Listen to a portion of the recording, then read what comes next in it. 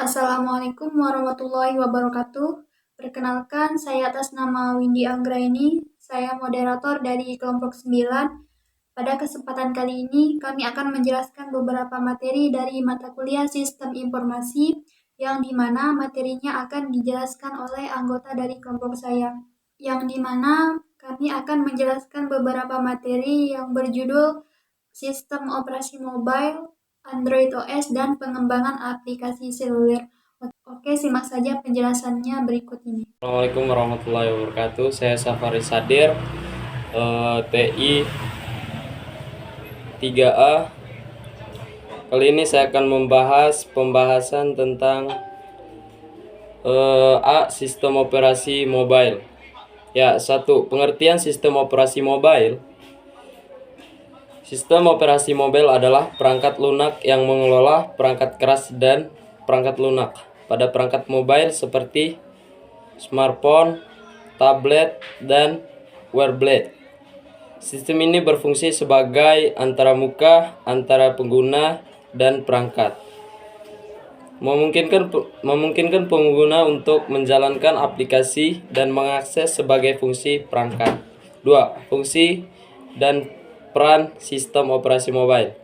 Fungsi utama dalam operasi mobile meliputi manajemen sumber daya perangkat keras, pengelolaan memori, serta keamanan dan perlindungan data. Pengguna sistem operasi juga memberikan antara muka pengguna UI intuitif, memudahkan interaksi antara pengguna dan aplikasi.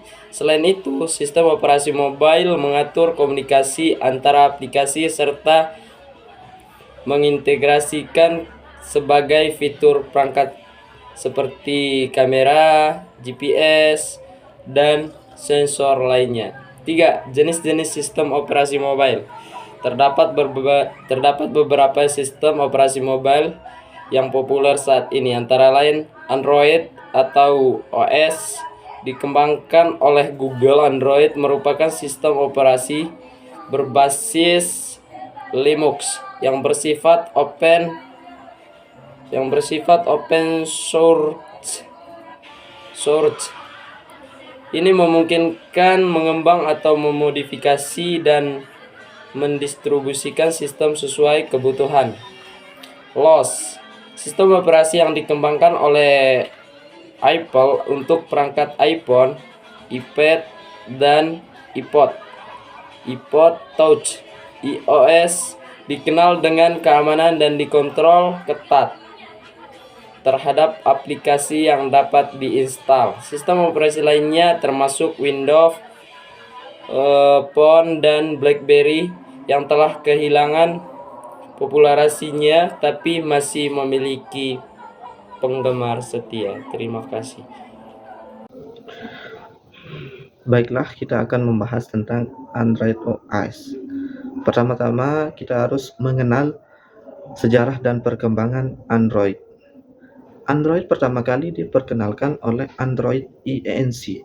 pada tahun 2003 dan diakuisisi oleh Google pada tahun 2005. Versi pertama dari sejak diluncurkannya pada tahun 2008, dan sejak itulah mengalami perubahan setiap versi-versi baru dan membawa fitur-fitur baru dan peningkatan kinerja. Yang kedua adalah arsitektur Android. Arsitektur Android diantaranya adalah Linux kernel atau mengelola perangkat keras dan sumber daya dari aplikasi Android. Yang ketiga adalah kelebihan dan kekurangannya. Kelebihan dari Android adalah open scroll dan fleksibel. Yang kedua adalah dukungan dari berbagai perangkat keras. Adapun di antara kekurangannya adalah masalah keamanan yang terkait dengan aplikasi dari pihak ketiga. Ekosistem yang keempat adalah pembahasan tentang ekosistem aplikasi Android. Android memiliki ekosistem yang mendukung pengembangan berbagai jenis aplikasi, mulai dari aplikasi permainan sehingga bisnis. Google Play Store menyediakan form bagi pengembangan atau pendeskripsi aplikasi mereka. Sementara fitur-fitur seperti Android SDK dan Android Studio memudahkan pengembangan aplikasi. Android sangat bermanfaat sehingga mengharapkan untuk mengembangkan versi-versi baru sehingga melahirkan fitur-fitur canggih yang baru sehingga dapat memudahkan atau menambah kinerja dari fitur-fitur Android. Oke, lanjut saya akan menjelaskan materi yang ketiga, yaitu berjudul pengembangan aplikasi seluler. Terdapat beberapa platform yang digunakan untuk pengembangan aplikasi seluler, termasuk Android Studio untuk Android dan Xcode untuk iOS. Pengembang juga dapat menggunakan framework lintas seperti Rich Native atau Flutter. Apa sih proses pengembangan aplikasi di Android? Nah, ada beberapa proses pengembangan aplikasi di Android ini, diantaranya tentunya perencanaan dan desain aplikasi, kemudian pengembangan menggunakan bahasa pemrograman seperti Java atau Kotlin, kemudian yang ketiga ada proses pengujian untuk memastikan apakah aplikasi itu dapat berjalan dengan baik, dan yang terakhir tentunya peluncuran aplikasi di Google Play Store. Adapun juga tantangan dalam pengembangan aplikasi di Android. Ini diantaranya yang pertama masalah kompatibilitas dengan berbagai perangkat, kemudian keamanan data pengguna, dan yang terakhir keterbatasan sumber daya perangkat. Adapun juga pengaruh dari teknologi baru ini. Teknologi baru seperti 5G memungkinkan kecepatan internet yang lebih baik dan lebih cepat, membuka peluang baru dalam pengembangan aplikasi. Kecerdasan buatan seperti AI juga banyak diterapkan dalam pembuatan aplikasi guna untuk meningkatkan pengalaman pengguna seperti melalui chatbots dan analisis data.